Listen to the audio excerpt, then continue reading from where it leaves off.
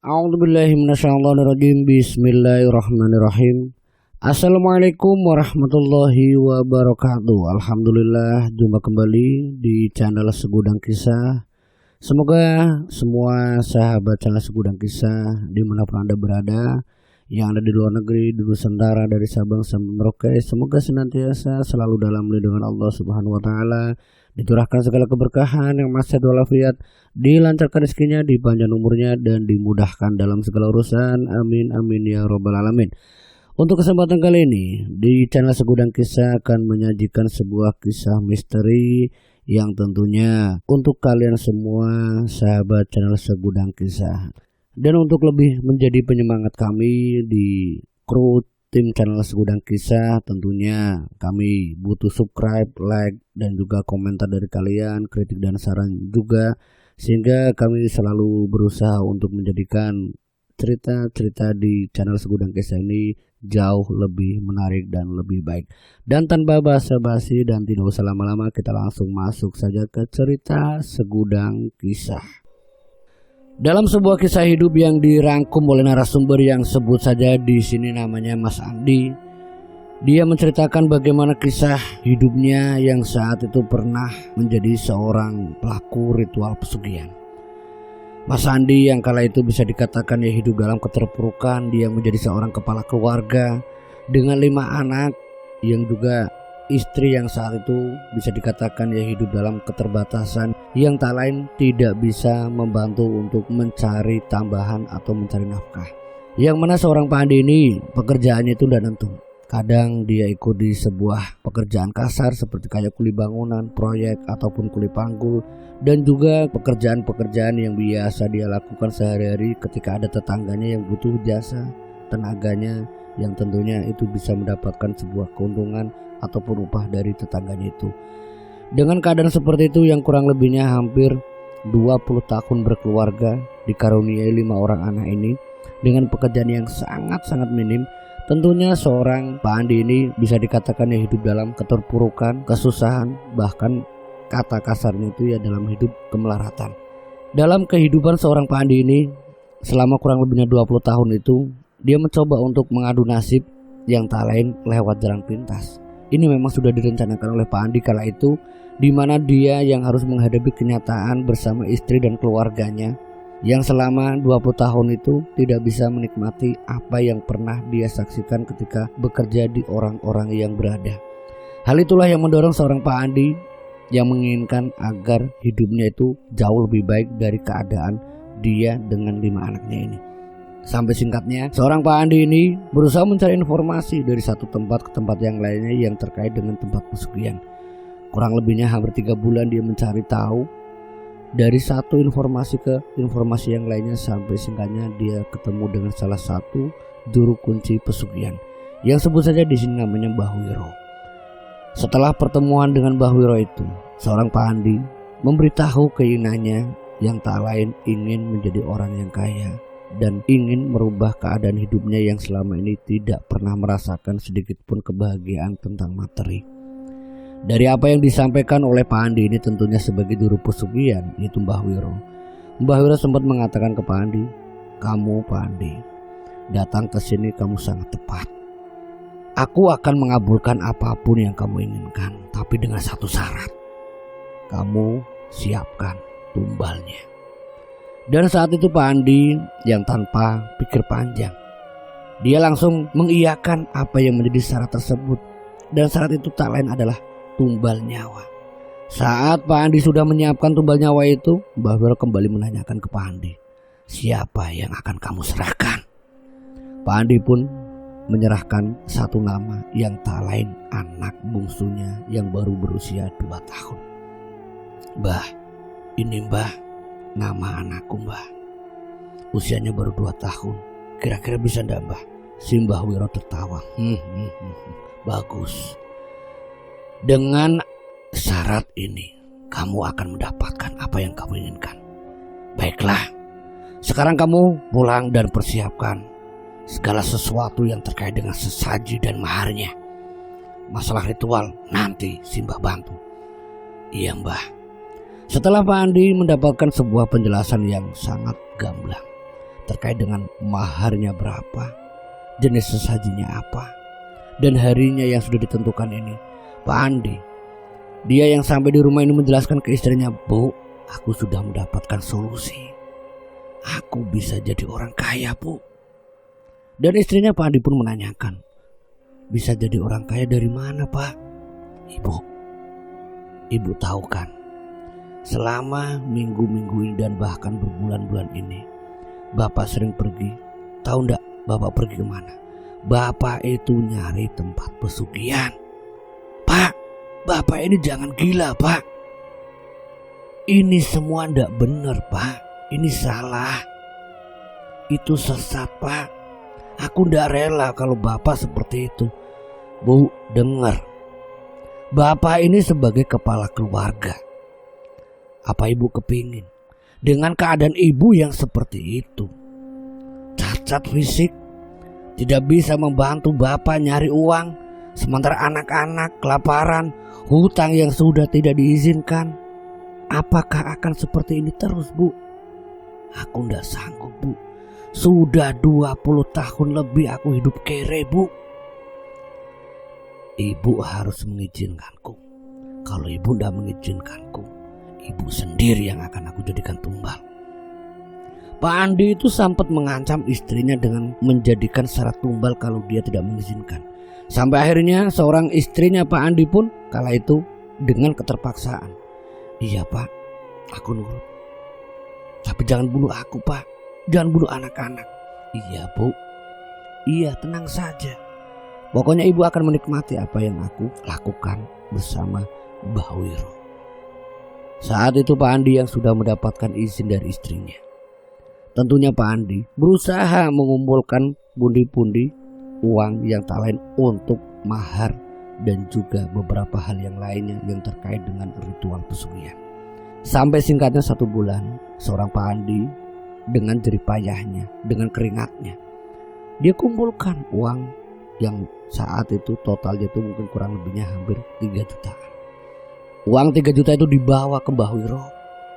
"Mbah, ini Mbah, uangnya sudah aku dapatkan, Mbah, sebagai mahar."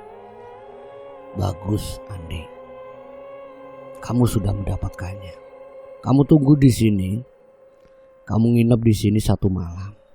Dan besok malam Selasa Kliwon, kamu langsung ritual. Sementara Simbah akan mempersiapkan segala sesuatunya. Tapi ingat, apa yang sudah Simbah ajarkan tentang mantra-mantranya, jangan pernah lupa." "Iya, Mbah." Dan Pak Andi kala itu pun menunggu sampai apa yang diperintahkan Mbah Wiro itu dilaksanakan, yang tak lain melakukan ritual pesugihan. Dan selama 1 hari di rumahnya Mbah Wiro ini, yang tepatnya itu sebelum Selasa Kliwon ya, Mbah Wiro itu memberikan sebuah pengarahan ke Pak Andi. "Apapun yang terjadi di dalam kamu ritual ya Andi, jangan pernah lari, jangan pernah takut. Sekalinya kamu bangun atau pergi dari tempat ritualmu, maka kamu akan gagal dan kamu tidak akan bisa mengulanginya lagi. Ingat itu." "Iya, Mbah, iya, Mbah," jawab Pak Andi kala itu. Setelah malam Selasa Kliwon yang ditunggu dan diharapkan oleh Pak Andi, Mbah Wiro memberikan sebuah pengarahan untuk terakhir kalinya. "Pak Andi, malam ini juga kamu akan saya bantu untuk ritual. Ayo ikut saya." Pak Andi pun mengikuti kemana Mbah Wiro mengajak, yang tak lain ke sebuah tempat yang sangat sakral, dan tempat itu adalah tempat pesugihan.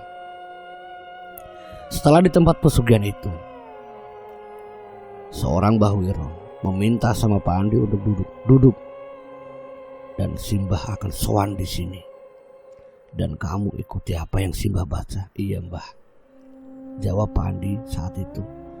Setelah beberapa saat, Mbah Wiro membaca mantra yang tak lain menyowankan Pak Andi untuk bisa mendapatkan izin agar bisa menjadi pengikutnya. Mbah Wiro pun membaca mantra-mantranya. Di saat Mbah Wiro membaca mantra itu, suasana malam yang begitu mengerikan mencekam. Yang tadinya hawanya itu biasa saja, tapi di saat Mbah Wiro itu udah mulai baca mantra untuk membuka gerbang gaib, Di situ banyak bayangan-bayangan yang melintasi di sekitar Pak Andi, yang membuat Pak Andi pun bulu kuduk terus berdiri. Hawa dingin merinding di tubuhnya, yang tentunya Pak Andi sangat ketakutan. Dan tidak berselang lama hawa dingin itu dan juga sosok yang satu persatu muncul di hadapan Pak Andi. Pak Andi nyaris ketakutan, tapi dia ingat jika dia pergi ataupun bangun dari tempat itu dia gagal. Dia ingin sukses, dia ingin kaya. Pak Andi berusaha kuat sampai Mbah Wiro selesai baca mantra untuk membuka alam gaib itu. Mbah Wiro menepuk pundak Pak Andi. Pak Andi, aku tinggalkan kamu. Ingat apa yang sudah Simbah ajarkan. Iya Mbah. Dan Pak Andi ditinggal sendirian. Dan di saat Pak Andi sendirian ini, tentunya Pak Andi akan bertemu dengan sosok penunggu di situ. Namun untuk mencapai apa yang diinginkan oleh Pak Andi itu tentunya tidak mudah. Pak Andi harus melewati berbagai macam ujian yang talent, beberapa penampakan yang begitu mengerikan, beberapa penampakan yang sangat-sangat tidak enak baunya, aromanya sangat busuk, bangkai, anyir, darah, amis semua ada di lingkungan itu, yang tentunya membuat Pak Andi itu nyaris pingsan. Tapi bagi Pak Andi, tekadku, niatku, aku harus bisa mendapatkan pesugihan itu. Sampai Pak Andi pun bisa melewati ujian-ujian itu, yang di akhir ritualnya muncul sosok yang tentunya sosok itu adalah raja dari alam gaib, yaitu alam pesugihan. Saat kedatangan sosok yang merupakan raja itu meminta sama Pak Andi, sujudlah di hadapanku, sujudlah di hadapanku, sujudlah di hadapanku. Dan itu 3 kali yang didengar Pak Andi. Dan Pak Andi pun langsung melakukan apa yang diperintahkan sang raja itu. Dia sujud 3 kali. Dan setelah bangun dari sujud untuk ketiga kalinya ini, Pak Andi sudah tidak lagi melihat sang raja itu. Sementara Pak Andi waktu itu belum menjelaskan apa yang dia inginkan, tapi sosok itu sudah menghilang. Tapi Pak Andi mengingat apa pesan Mbah Wiro, jika kau sudah ketemu maka ritualmu itu sudah selesai. Pak Andi sempat kebingungan, apa yang akan aku dapatkan ini? Sedangkan aku belum meminta, aku belum memohon bahwa aku akan menjadi orang kaya. Terus bagaimana caranya? Itu di dalam ritualnya Pak Andi. Sampai akhirnya di hari yang lain, tepat itu udah 3 malam 3 hari, Pak Andi dipanggil sama Mbah Wiro. Pak Andi, kamu keluar.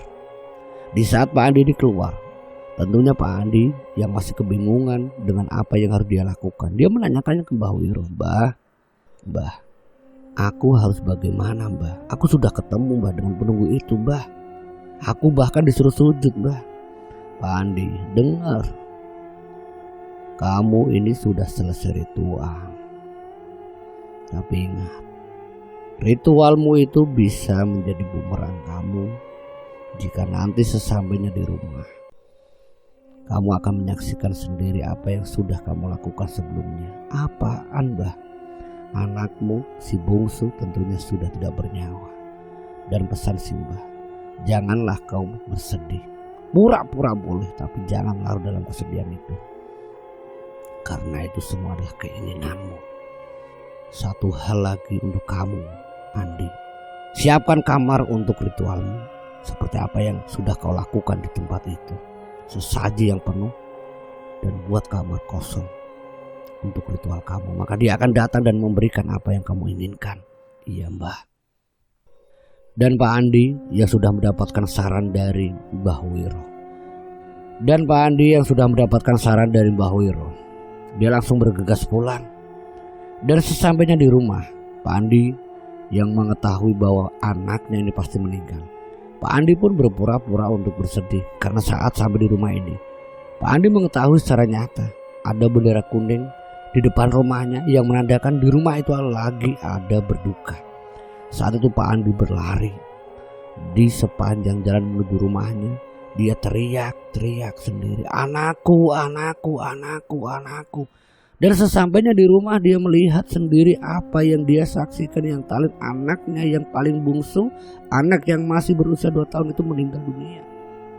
Saat itu Pak Andi menanyakan ke istrinya, Bu, ada apa dengan anak kita Bu? Ada apa dengan anak kita? Istrinya Pak Andi terdiam. Istrinya Pak Andi berusaha untuk tenang. namun dengan tatapan sinis menghadapi Pak Andi. "Pak, apa jangan-jangan ini ulahnya sampean, Pak? Apa maksudnya Ibu?" "Pak, dengar ya Pak, aku sudah tahu Pak. Saat Ibu mengizinkan Bapak ke tempat pesugihan itu, aku punya firasat. Mungkin bukan aku, tapi anak-anak kita Pak. Dan perlu Bapak tahu, si bungsu Pak, sebelum dia meninggal, 3 hari sebelumnya Pak, aku selalu dimimpikan anakku itu ditarik-tarik sama sosok yang sangat mengerikan. Dan ternyata itu bukan mimpi Pak. Itu nyata dalam keadaan aku sadar Pak. Di saat aku terbangun karena tangisannya Pak, aku sendiri melihat sosok itu Pak. Dia menarik-narik kakinya Pak. Aku berusaha saling tarik-menarik dengan sosok itu. Namun aku tidak bisa berbuat lebih ketika aku dihantam sampai aku pingsan Pak. Dan saat aku terbangun Pak, anak kita Pak, si bungsu sudah tidak mengeluarkan suara lagi Pak. Dia terdiam dengan wajah layu. Dan aku tidak percaya bahwa anak kita Pak, si bungsu sudah tidak bernyawa. Aku yakin ini pasti ulah Bapak. Bu, maafin Bapak Bu, maafin Bapak. Pak, aku sudah pernah bilang sama Bapak sebelumnya, silahkan kamu mau ambil jalan pintas itu, tapi jangan ganggu aku atau anak-anakku. Dan ini sudah terjadi Pak. Lahir batin aku tidak akan pernah memaafkan Bapak. Mulai hari ini juga aku akan pulang. Aku akan pulang dan membawa anak-anakku ke keluargaku. Terserah Bapak. Bapak mau ikut tapi meninggalkan perjanjian itu, atau Bapak mau menjalankan kekayaan itu, silahkan. Itu pilihan Bapak. Dan itu yang dijelaskan istrinya ke Pak Andi ketika dia baru datang melihat sebuah kenyataan bahwa anaknya yang masih berusia 2 tahun itu baru saja meninggal. Dan Pak Andi benar-benar tidak punya pilihan lain. Apakah dia hidup sendiri sebatang kara dengan ritualnya, atau Pak Andi mengikuti apa yang sudah menjadi keinginan istrinya, yaitu pulang ke keluarganya. Pak Andi yang sudah terlanjur mengorbankan anaknya sebagai tumbal, dia waktu itu lebih memilih, silahkan kalau kamu mau pergi saja, tapi jangan pernah kembali di saat aku menjadi orang kaya. Istrinya pun mengangguk dan menerima apa yang disampaikan Pak Andi kala itu. Sampai singkatnya, kurang lebihnya 7 hari setelah anak itu dimakamkan, istrinya Pak Andi bersama keempat anaknya langsung pergi meninggalkan rumah itu. Dan Pak Andi yang kala itu masih melanjutkan ritualnya. Dia mempersiapkan diri yang tak lain di sebuah kamar. Kamar tempat tinggalnya yang sudah kosong, tidak ada istrinya ataupun anak-anaknya ini.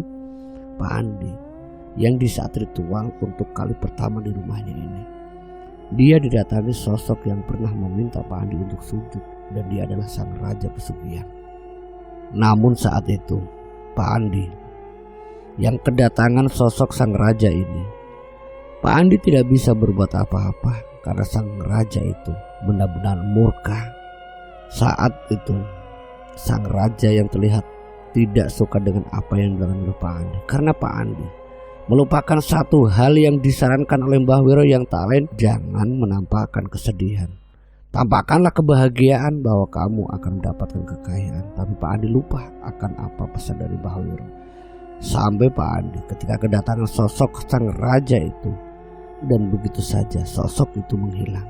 Sementara Pak Andi masih kebingungan, apa yang membuat aku tidak bisa berbuat lebih dan aku tidak mendapatkan sedikit pun petunjuk untuk bisa menjadi orang kaya. Sampai Pak Andi pun waktu itu selesai dia ritual, dia langsung menuju kembali ke Mbah Wiro. Mbah, apa yang harus aku lakukan Mbah agar aku bisa menjadi kaya raya Mbah?